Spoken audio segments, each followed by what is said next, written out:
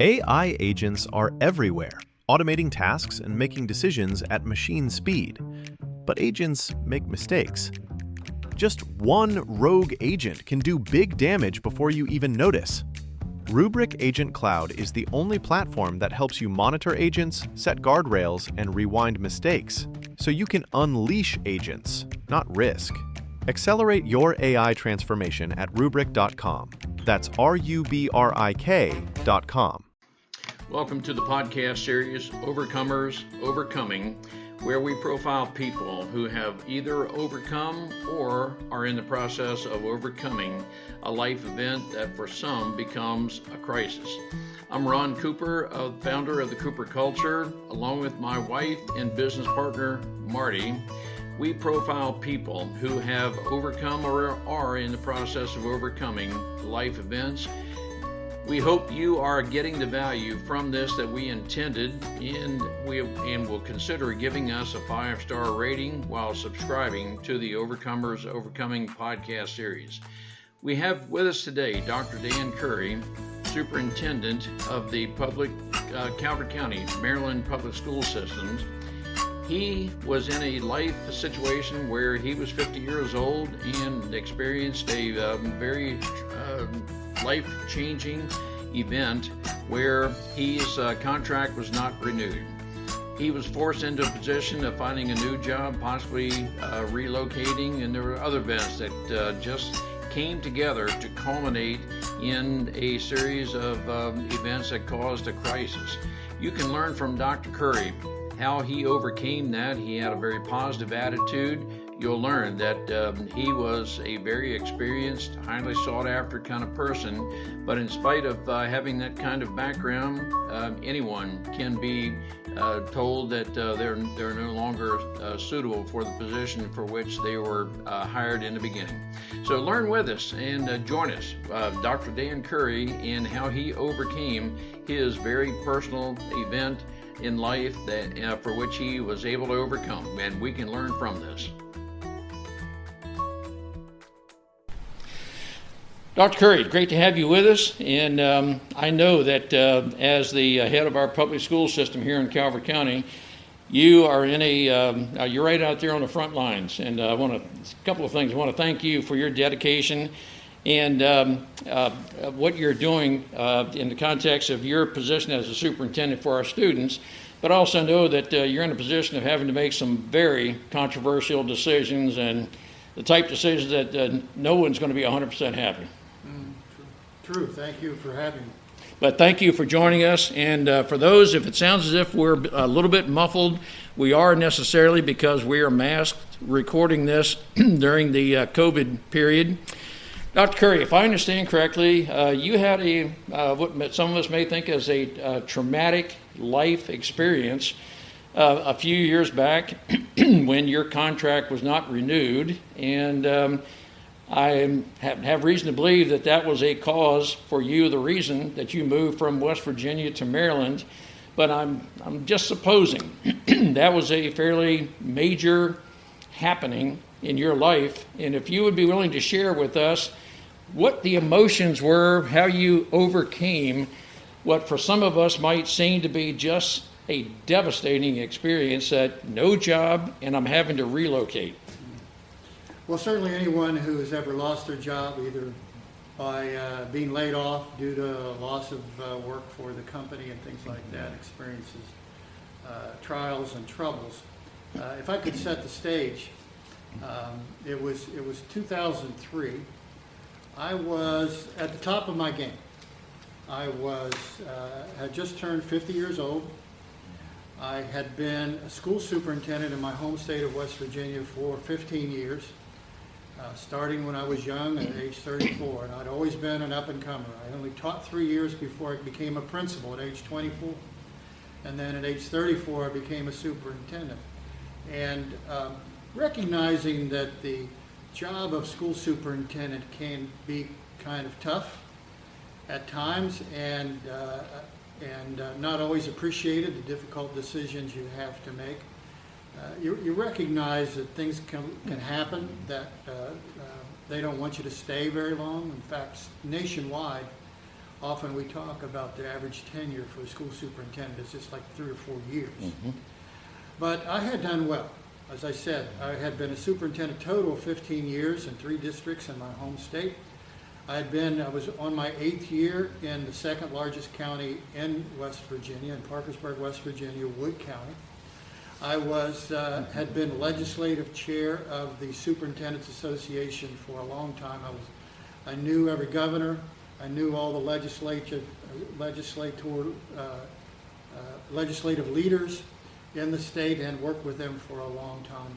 I was president-elect of the State Superintendents Association, and I always had this philosophy that if I insisted that the school board identify measures by which I would be evaluated, that I would never ever have a problem with not having my contract renewed, that it would be all above board. It wouldn't be about politics, it would be about accomplishments. So that late meeting in January 2003, my Board of Education was to go into executive session at the end of the regular meeting to work on my evaluation, was my understanding. So when they made that move and I went into my office to wait for them to call for me, eventually they called for me. And I went in and they said, we want to advertise your job, look for a new superintendent. And I said, don't you want to evaluate me first? Now, let me point out there are 5 members on the school board. The president and the vice president of the school board are both looking at me, shaking their head. They had no idea that 3 of the 5 had cooked this up. And they said, no, we don't want to evaluate you because it would be good. And we would have that much more harder time explaining that to the community. So rather than give you a good evaluation, then announce we want a new superintendent, we just want to announce we want a new superintendent. So there wasn't much I could do about it. We went out in open session and the vote was 3-2 to advertise for a new superintendent. Needless to say, that was late at night and nobody was around. And when the newspapers picked up on it the next day, then the community got kind of loud. And the next week we had to have a special meeting of the Board of Education in an auditorium where about 400 people came and to ask what the heck's going on. And it was, the board members, the 3 board members explained that basically I wasn't their man. They weren't on the school board when I was hired. They weren't sure that I was really, they thought maybe they could do better. And they had that right by law. It was January, my contract was up in June. And by law, I have to say they have that right. A lot of people came to the microphone that night. The hardest one for me to take was my daughter, who was a senior in high school, and some of her friends who spoke on behalf of her dad and the work that we had done and the work that had been done in that county in such a positive way. But, at the end of a long evening, the board members make their final say, and I got the microphone last, and I said, this is hard, but I know it happens, and it's part of the work of being a school superintendent that it can happen. I'm your superintendent until the end of June, and I will be here. We have work to do. So tomorrow I'll be back in the office and we'll be getting that work done. Thank you everybody for your support. Good night. So it was devastating, surely. It was embarrassing. You just think, most of us, especially if you are always in a leadership position, you think you would have seen that coming. And I didn't see it coming. And others didn't see it either.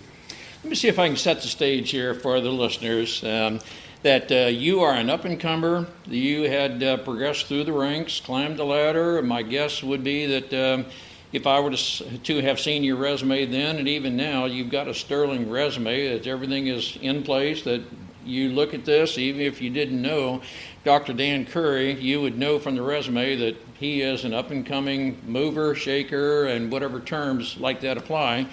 But then, all of a sudden, the board decides to meet, and I'm interpreting this as a pretty much akin to a kangaroo court. Is that a fair characterization? It can be that way. It is. It's more or less the nature of the work is, and in this particular case, I arrived in 1995, and the Board of Education's, they always go through a big effort to select a new superintendent. And I had planned on being there. I had planned years before. I knew when the old superintendent was retiring, and that was where I wanted to be. And so I was ready for it. And after the selection process, they finally they chose me, and we got along well. We passed referendums that built new buildings and got raises for staff and things like that. But there was good community support. I was active member of the community and the Rotary Club and all those sorts of things. But the school board members who hired me, then they get complacent and they don't run again. Mm-hmm. Yeah, got everything done I wanted to get done. And so they vacate their seat so that it's easy for someone else to come in and not necessarily have to, in their campaign to run for the school board, they don't necessarily have to talk about, I'd really like to have a new school superintendent or anything like that. There's no personal attacks.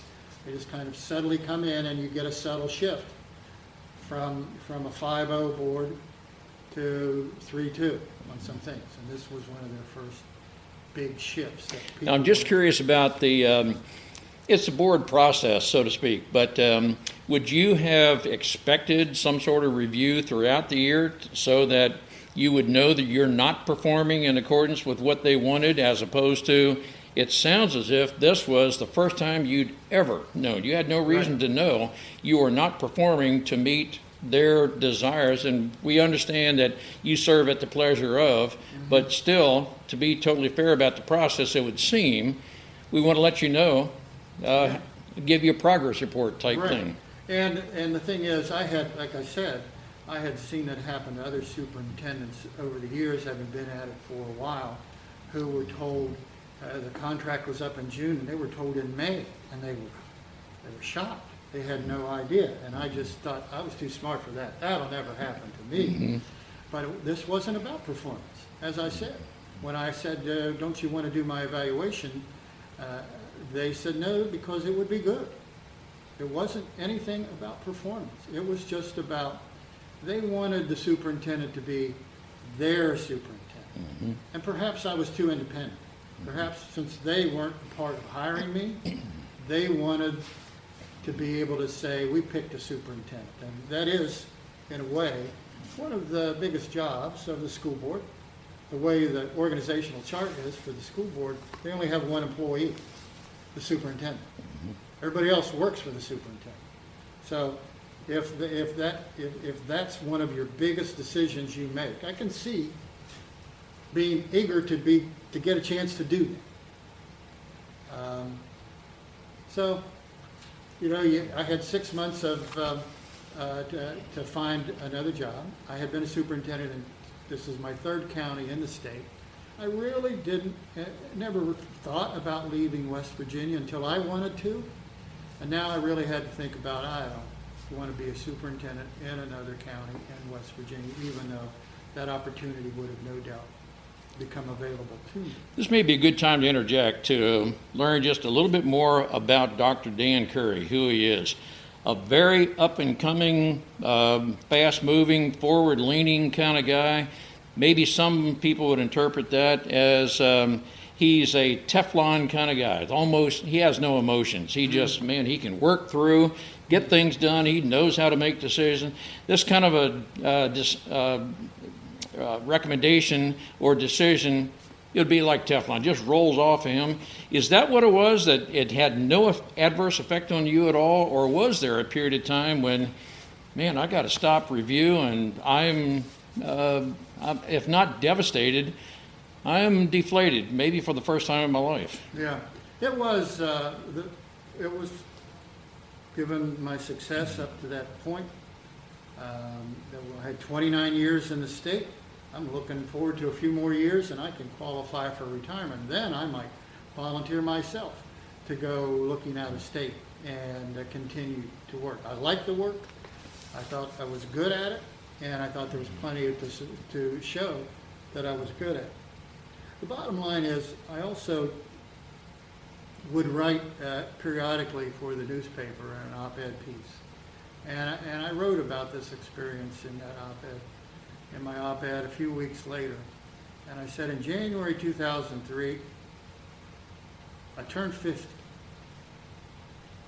And I lost my job. And my 10-year-old lab died. And I'll tell you what made me cry the most: the loss of my dog. Mm-hmm. Everything else, it's another day tomorrow, and the sun will come up, and I've got a good resume and good skills, and good school superintendents are not easy to find, and I will land on my feet. And I did. And I didn't come to Maryland first. This was January of 2003. In February of 2003, I was at the National Conference of Superintendents, which I planned to be anyway. And actually, I was running for national office. Mm-hmm. About to be out of work. I'm running out for national office. So at these conferences, you also run into headhunters, folks who work with school boards to help them find good quality candidates. And explored a couple of jobs that might be on the East Coast. I ran into, my wife was from New Jersey, and I ran into an old West Virginia friend who also had been a superintendent in West Virginia and had left.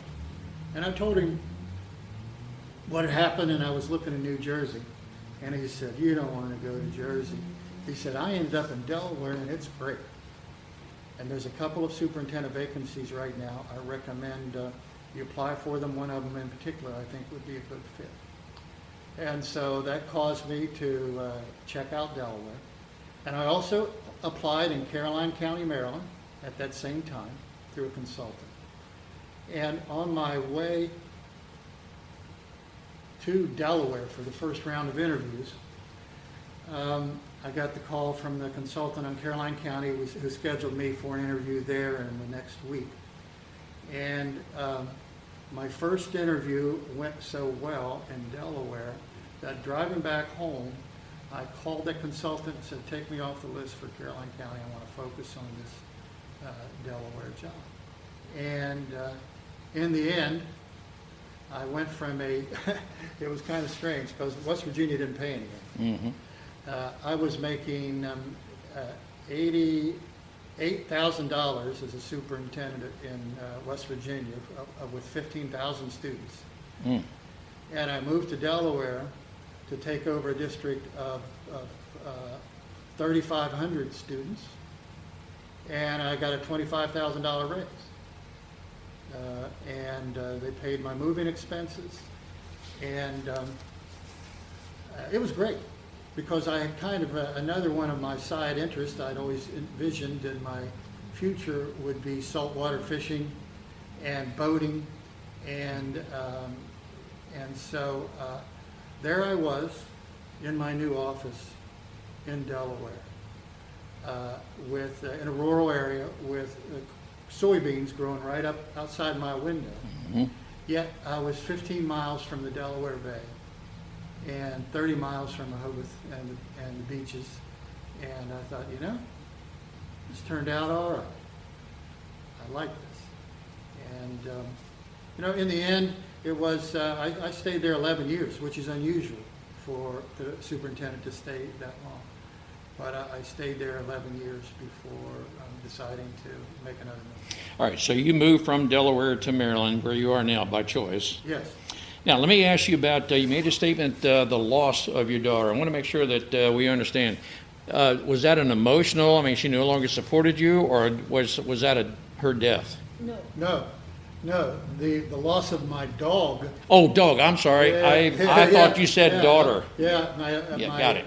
Labrador retriever. Oh, my goodness, yes. And she passed that January as well. We had to have her put down, and that was more traumatic perhaps for me than anything.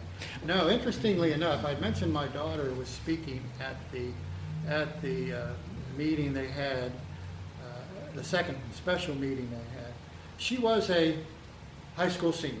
She was my youngest, so having her graduate from high school meant there was more freedoms to be able to relocate anyway. She would be going to college, and so there was no need to maintain a home for her there. So that was, it was helpful. Still, it's embarrassing for you to know that your children saw you go through something like that. And I want to approach that a little bit. So here I'm perceiving that there were 3 avenues of devastation. One was the contract was not renewed. In close proximity, your dog passed away, and it was embarrassing to you as a dad to your daughter, for your daughter, that, gosh, I was fired, and or just not renewed. How did you overcome that? I mean, I can imagine some people would say, boy, those are 3 devastating things. It would take me years to recover from that, but I'm guessing you didn't need that long, and I'm very curious, can you describe how long it took, but then did you just learn, or was that just a part of your basic makeup? How did you overcome all of that devastation?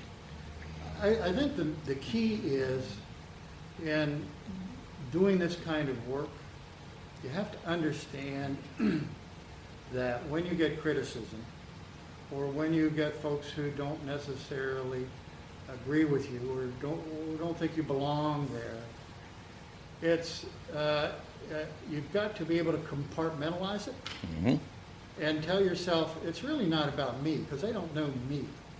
It's about the superintendent. Yep. And I happen to sit in that chair and have that responsibility. But that individual who doesn't like me at the moment maybe doesn't like a decision that had to be made. In those days, for instance, school districts in that state were all losing enrollment every year, and you were getting schools that were at half capacity by enrollment, which meant if you're really going to be efficient, you need to close some schools and consolidate those populations into one. Never a popular thing to do. People will say, oh, I understand you need to do it, but close his school, don't close my school. And so you go through a process that calls for public hearings and a lot of animosity, and, but you know that folks are going to be upset because of the decision that has to be made, but you want to give them the opportunity to tell you how they feel and tell you the impact of that decision before you finally recommend to the Board of Education that final recommendation. Let me address an aspect of what you just said, and it has to do with confidence, that you're making decisions all throughout your life and responsible for them and so forth. My guess is you intake all the facts and factors, you make the decision that you're confident in. And what I'm about to address is asking for your confidence. I'm guessing here that as a school superintendent, you're very confident in being able to make decisions, albeit they were unpopular. Not everybody's going to agree, but Dr. Curry, feel very resolved. I have made the right decision. So you're confident in that aspect of confidence. Now, I'm juxtaposing the fact that your contract was not renewed. Was your confidence at that point shattered, or how would you say that impacted you? And I am saying confidence, if we're measured on a scale, can be different, can be situationally dependent. I would say no, even though I was embarrassed and never thought it would happen to me. There was no shattering of confidence, because it wouldn't have been useful. Whenever you start thinking about what's next and where you might like to go and where you might like to live, and let's not be too desperate about this, then you start continuing to look to the future.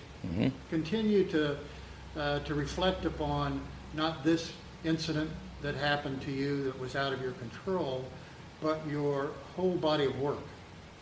And it is, like I said, it is the nature of the job that can happen. So you also have to start grasping the reality that whenever you apply to be a superintendent somewhere else, they're going to ask you, why did you leave your last job? Mm-hmm. And you have to be ready to be honest about it and open about it, and it worked that way. It was you just have to realize that is part of your history and part of your resume, and you could collect all the newspaper clippings that reported that story and things like that to help give background to anyone who might want to say, I don't know about this guy, he got fired. Mm-hmm. Could be trouble. Let me ask you, if in closing, if a person who was facing a similar situation, in other words, I was just either fired or, in whatever the reason, I just lost my job, and I'm facing the possibility of having to move to find a job, and I don't know. I'm not, as I'm having this conversation with you, that person may be assessing themselves. I'm not sure that I can be as confident in myself that you seem to project yourself to be. How would you help that person to say, you'll make it? What is it about your personal character, attributes, traits that helped you through that may help someone else? Well, not every solution fits everyone's situation. Mm-hmm. And you have to recognize that certainly there are those who might lose a job, that have so many other ties to the community, extended family, parents who are elderly, things like that, that leaving the area is not an option. Mm-hmm. So, so that for me, it was no big deal to pack up and move. I'd done it before. But it is certainly the nature of the job caused many people who want to stay in a place like, say, if I started teaching in Calvert County and worked my way up through the ranks, and I just love it here and I want to stay here the rest of my life, and if I had happened to me here, then I'm stuck. Mm-hmm. I peaked too soon. Mm-hmm. So you have to, I think one has to understand what they bring to the table. And for many, I think it also is an opportunity to reflect on, is it time for me to change careers? Okay. Is it time for me to think about doing something else because what I was doing didn't pan out? If I can pick that up and do it somewhere else and commute from here, certainly there are many in heavy industries that endure long commutes, or living away from home in an apartment or a trailer while they are working away from home and then coming back every weekend. There's a lot of people that make their own adaptations. So you have to ask yourself, what is it I really want to do? And how far am I willing to travel to get to do it? Do I need any training? Mm-hmm. Do I need to go back to school? And is this the time to do it? Now, one final question. Do you feel, or did you work through all that on your own, or did the person who led you to the Delaware position, did he, and maybe in some moderate way, mentor you, help affirm the fact that staying as a superintendent is the right choice to make? Because it sounds as if maybe there was a short period of time, or at least a period of time, when you had to synthesize everything you just said. Yeah. I would say most of it I had internally, and it was good to have the time to kind of work through it myself. It's funny in that actually my view of my future after being a superintendent in West Virginia was to return to being an elementary principal. I love that job. Mm-hmm. And I also love the Outer Banks of North Carolina. And I had said, I want to be an elementary, I want to retire from West Virginia as a superintendent, and then take an elementary principal's job in North Carolina in the Outer Banks somewhere, and I will be in heaven. And so it's funny that my termination of being a superintendent in my home state of West Virginia was premature, and I could have said, okay, well, this is the time to go and get that principal's job in the Outer Banks. Instead, I stayed with the superintendency, and it was good in that it affirmed for me that this is what I do. My particular skill set, communications, motivations, expertise, being in front of people. This is what I do, and this is what I need to be doing. And when I don't do this anymore, that's when I will just completely retire. So you're fulfilling a passion, and you are made for this type.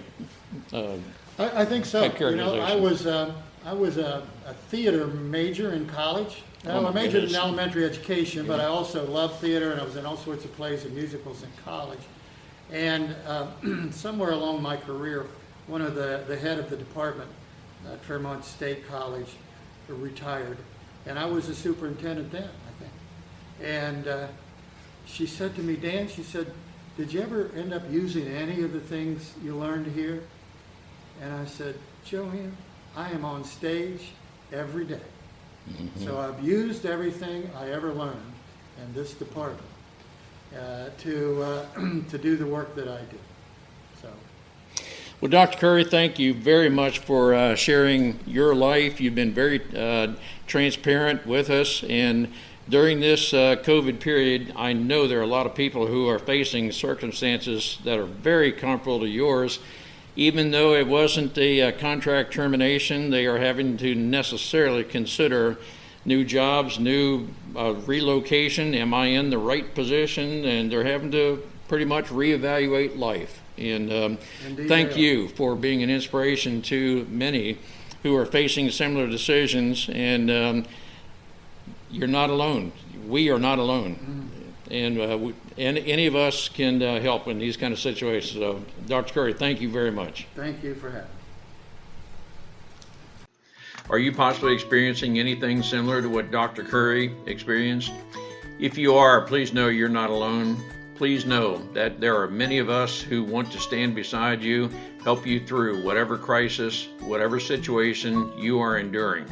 The Cooper culture provides life coaching and personal performance coaching that can help you through various situations. There are some of us who have overcome those life experiences. I personally am one who has overcome life experiences where I had very little confidence.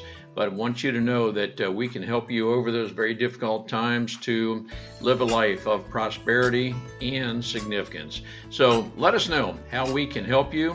And if you would like to get in contact with Dr. Curry and learn more about his experience, we can help you with that. Contact us at ron@thecooperculture.com. We'll be happy to work with you personally and help you through any situation that you may be enduring. But rest assured that you are not alone, and every one of us can overcome, and when we work together and develop relationships that help us sustain those things in life that seem at the moment too large to overcome. We look forward to seeing you on our next podcast.